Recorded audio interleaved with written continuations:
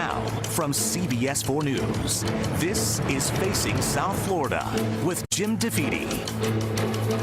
Good morning, I'm Jim DeFede, and welcome to Facing South Florida. I recently sat down with Republican Senator Marco Rubio for a wide-ranging discussion on many issues, including immigration, the rise of white nationalism, and the future of Venezuela. But we started with the mass shootings. Since Parkland, Rubio has sponsored a national law creating red flag laws that could take guns away from violent people before they can act. But his fellow Republicans have been unwilling to support it. So I started by asking if the shootings in Ohio and Texas will change that.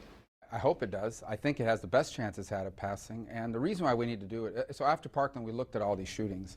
And they all have different causes in terms of what ideology or what happened in someone's life that led them to do it. What they all seem to have in common is that people close to them knew these people were dangerous before they did something. The only exception being Las Vegas, which is the most bizarre of all of them. But the fact is that you can't do anything about it until they commit a crime, and then it's too late.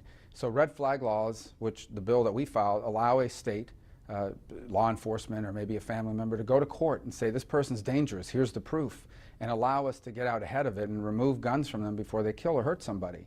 So we filed it in March of 2018, and it went nowhere. And then we refiled it in the new Congress in January, I think the first day of the new Congress. We finally got a hearing on it back in March. And then we were asking for a vote on it. In fact, we had just finished meeting with some of the Parkland parents about 2 weeks before El Paso, or 3 weeks before El Paso. Now I understand the chairman of the committee may file the bill himself. I don't care if it's my bill or his bill. I just think this is a chance to move on it, and hopefully we can get the White House to agree to sign it.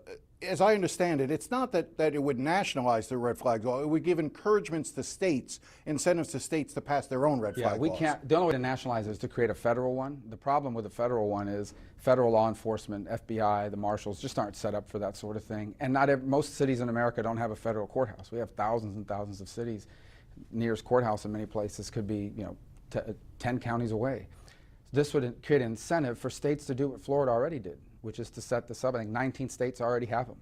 Some states are going to do it with or without it. But we want to create an incentive for more states to pass it. And we think the existence of the money, but also raising the issue in D.C. could drive more state legislatures to pass it. Why did it not get more traction when you introduced it in 2018 and when you introduced it at the beginning of this year? I think there's some concerns that people raise, which are legit, about due process. And that is, can someone be falsely accused of this, put through this, paying for lawyers to defend themselves in court? And that's something we've looked at and continue to look at. We can strengthen due process. We have experience with it now here in Florida. And there's some legitimate issues there that I think we can fix. But at the same time, we already have experience with these sorts of things. We have restraining orders. We have the Baker Act in Florida, and multiple different vehicles already in which people have some of their constitutional rights restricted, but only after due process. And so we have lessons we can learn from that. So I think part of it has just been the fear that some have that this law will be misused by a disgruntled spouse to go after someone and punish them or humiliate them. So let's move on to some of what could be more controversial issues with regard to guns. In the past, you've said that you could support looking into banning high-capacity magazines. We saw in Ohio the person responsible for that shooting using a 100-round, basically drum, to fire off as many rounds as he could in the short amount of time before he was killed. Yeah. Do you now favor implementing a law that would ban high-capacity magazines? I think it's difficult to draft it in a way that we could get it passed is the problem. The second is, what's the number you want to set it at? Is it 100? Is it 50? Is it 25? What I've tried to focus my time on is the things that we have a chance of passing, so we can get something done. But how do you know you won't be able to pass it if you don't try? Oh, I can tell you we can't get any other people to co-sponsor or work with us on it. So you've tried to get Well, we've talked to other members about that, and we've said, well, what's a number that would be acceptable to you? And no one can tell you whether it's anything more than what the gun was designed to come with. In many cases, these guns are designed to fire unlimited number of rounds in some cases. So finding a language that we could get 60 votes for in the Senate and that the White House would sign has been problematic. And so what I've tried to do is not that you abandon that position, but what I've tried to do is find out the issues that we can actually get passed. Because if you look 2 years after Parkland, nothing has passed except for the Stop School Violence Act. So we want to get things done. And see, but I guess that's the problem that I think people have with Washington is you see bills passing, for instance, whether it's a version of background checks in the House, other measures that are passed in the House, they go to the Senate doesn't even consider them. Isn't the process broken? Shouldn't it be House passes a measure, Senate, if you don't like it, they amend it? they send it back to the House. If the two sides can't agree, they send it to a conference committee, and they iron out the differences. Well, that's actually not the way the process was created. There are two very different bodies that were created with two very different purposes, and there's a lot of bills that the Senate will pass that the House hasn't taken up my anti-BDS legislation either. So it happened. That happens, and especially on issues that are controversial or divisive.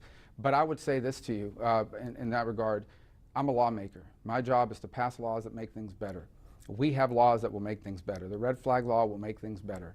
The EAGLE Act that will stand up the threat assessment systems across the country that work. It's how they protect the president, by the way, will make things better. Why can't we pass the things that we agree on that will make things better? And on the things that we still haven't agreed on, we can keep working on those. It's not you stop talking about them, but that shouldn't stop us from doing the things we agree on. But isn't there some value, for instance, on high-capacity magazines? Put a number out there. See where the votes are, and then you can sort of move from there. And wouldn't the public benefit by knowing which legislators, which of their senators, which of their representatives are willing to vote for something and which ones aren't? Yeah, but ultimately what ends up happening as well is sometimes people will get locked in against a position. Say they lock in and say, I'm against it because it's at 50. And then now to get them to agree to 25 or 16 or 10 becomes impossible because now they get accused of flip-flopping. So I know for somebody watching at home, it sounds like too technical and inside baseball, but that's the way this system operates. So I would much rather be able to work with people to arrive at a consensus that they can agree to than have to go back to them and get them to flip their position over a number. It's much more complicated. That issue is more complicated than it sounds at first blush. In 2013, you voted against the Manchin-Toomey measure. There's some talk about trying to revive it. Do you still oppose Manchin-Toomey? I do, but because I don't think that's the right. I think putting a burden. First, let's talk about what background checks are. Right. So background checks are today almost every gun sale in America undergoes a background check, even at gun shows. So this thing about a gun show loophole is false. What's not undergoing background checks are black market sales, which are never going to go under that's why they're black market, and private sales. You buy, an individual who's not a dealer sells to another individual. And what they're asking is for an individual who's not in the business of selling guns to conduct a background check, not like a tenant moving into your apartment. They're asking you to conduct a background check through a criminal justice NICS system with real liability as a result of it. That's an extraordinary burden to put on someone. Now, we have explored an alternative, which is to require for the buyer, the person who wants to buy the gun, to go to a licensed firearm dealer, pass a background check, receive what's the equivalent of a buyer's permit that's good for a defined period of time, 7 days, 30 days, and have to produce that upon sale. It would actually allow you to do reverse sting operations against illegal sales in the street. You know, it's an idea that came from former Sheriff Rutherford, who's now a member of Congress. We've tried to draft that language. His office was taking the leadership on it. We've now assumed it. But that, to me, I don't know if that'll work. I don't know if people will support it. I don't know if it'll work in terms of out in real life. But I think putting the burden on the buyer would be better than putting the burden on the seller, who's not in the business of selling it. I want to turn to another subject. Ken Cuccinelli, who is in the Trump administration, deals with immigration-related issues, citizenship. You know, the quote that he sort of rewrote, the quote at the bottom of the Statue of Liberty, in his mind it believes it should read, "Give me your tired and your poor who can stand on their own 2 feet, and it will not become a public charge." What was your reaction when you heard that? I didn't see when he said. I read the reports about it afterwards. It's a poem. It's not part of our Constitution or anything along those lines, but it's something we've pointed to often in this country. I would say two things. The first is the public charge law was not passed last week. It's been around for a long time. It is the notion that if you're immigrating to the United States, there should be some notion that you can support yourself, that you're not bringing people here for purposes of then going on public assistance. That's a widely held belief in this country. In fact, it was the Clinton administration who put some of that in place. I think it's important for us to communicate that in the appropriate way and not in perhaps some of the ways it's been portrayed, potentially unfairly. I didn't hear his comments. But there's nothing wrong with saying that in our immigration system, look, every now and someone's going to run into things you can't expect. You know, they have an illness you could not have foreseen. They have a bad accident. Something terrible happens. That's one thing. But I do think at the front end of the immigration system, there is nothing wrong. And in fact, I think it's responsible to assess whether a person that you're admitting to the United States permanently is someone who's going to be able to support themselves and their families, or whether they're only going to be able to subsist in this country through the use of public assistance. Do you think, but it goes, I think the problem that a lot of people have is that there is almost an assumption in what his comments were, that the people who are coming here from Haiti, Cuba, Mexico, from Honduras, El Salvador, mostly people from the South, are coming here basically to sponge off the United States. No, but I think the vast majority of people that come here are working and providing Exactly. for themselves and their families. So why create But there this are people that demon? do not. Well, because it does happen. I'll tell you in this very community. And there are people, I've seen it. There are people, I'll give you a real story.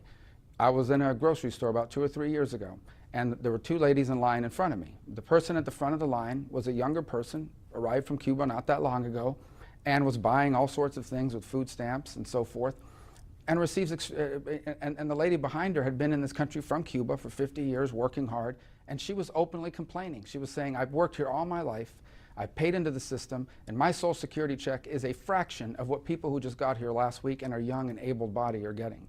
And so that creates frictions. Those things happen. Now, is it widespread? Is it most of the people that are here? I don't think it's fair to say that, but it does happen. There are people in this country legally who almost immediately go on public assistance and remain on it for a long time.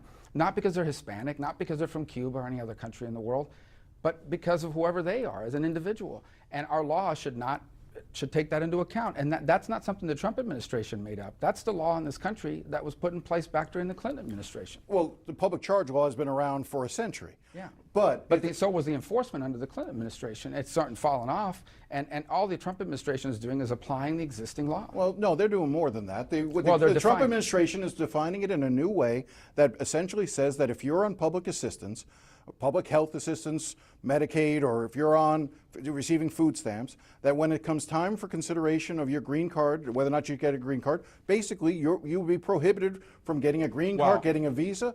Is that the right policy to promote? Well, again, the language they use to describe how they're going to apply it is still quite vague. It's not exactly clear how they're going to define whether at any point over the next 12 to 18 months, how could you foresee, you know, in the case of health assistance, look, if someone gets diagnosed with cancer, and that's not something you could foresee, anyone could get cancer. That's different from someone who has a history of, for example, not being able to hold down employment, habitually coming in and out of the system in terms of public assistance. I don't know of any country in the world that shouldn't take that into account when determining who gets to adjust status to permanency. But again, doesn't it create the atmosphere, the belief that particularly brown-skinned people, black-skinned people who are coming to this country are doing so for sinister reasons, to basically exploit this country? No, doesn't it create the rise in hatred, though? No, it shouldn't. I mean, look, haters are going to hate. But the bottom line is that it shouldn't create that perception, because the vast majority of people who come to this country legally, and even many who come in this country illegally, work hard. They work a job. Some have 2 jobs. Many have built small businesses. So I think that's the wrong assumption to make. Now, are there voices out there that may make that accusation? Including in the administration. Well, then we should reject those voices. But that's different. But have you rejected those voices? Where do you stand up to the Trump? Where do you stand up to the Trump administration? Where do you say to Ken Cuccinelli, you are wrong? Come to my community. I'll show you hardworking people who are both documented and not documented. The day he says that the vast majority of people who immigrate, if he ever says that the vast majority of people who come to this country and immigrate here, even legally, are not working, isn't that implied in what he's saying? Well, that's not what I take from it. I take from it the fact of the matter that there are people who do come to this country. I don't care where in the world they come from. It's not about where you came from. It's about who you as an individual are. There are people who do come to this country legally and go on public assistance, or some form of public assistance, and that has to be dealt with. No, the immigration system already says that you shouldn't, you sign an affidavit saying that person's going to be a public charge. Or why is that in the law unless we're going to enforce it? Now, if the way it's applied becomes unfair or irrational, then we would have to look at that and fix it.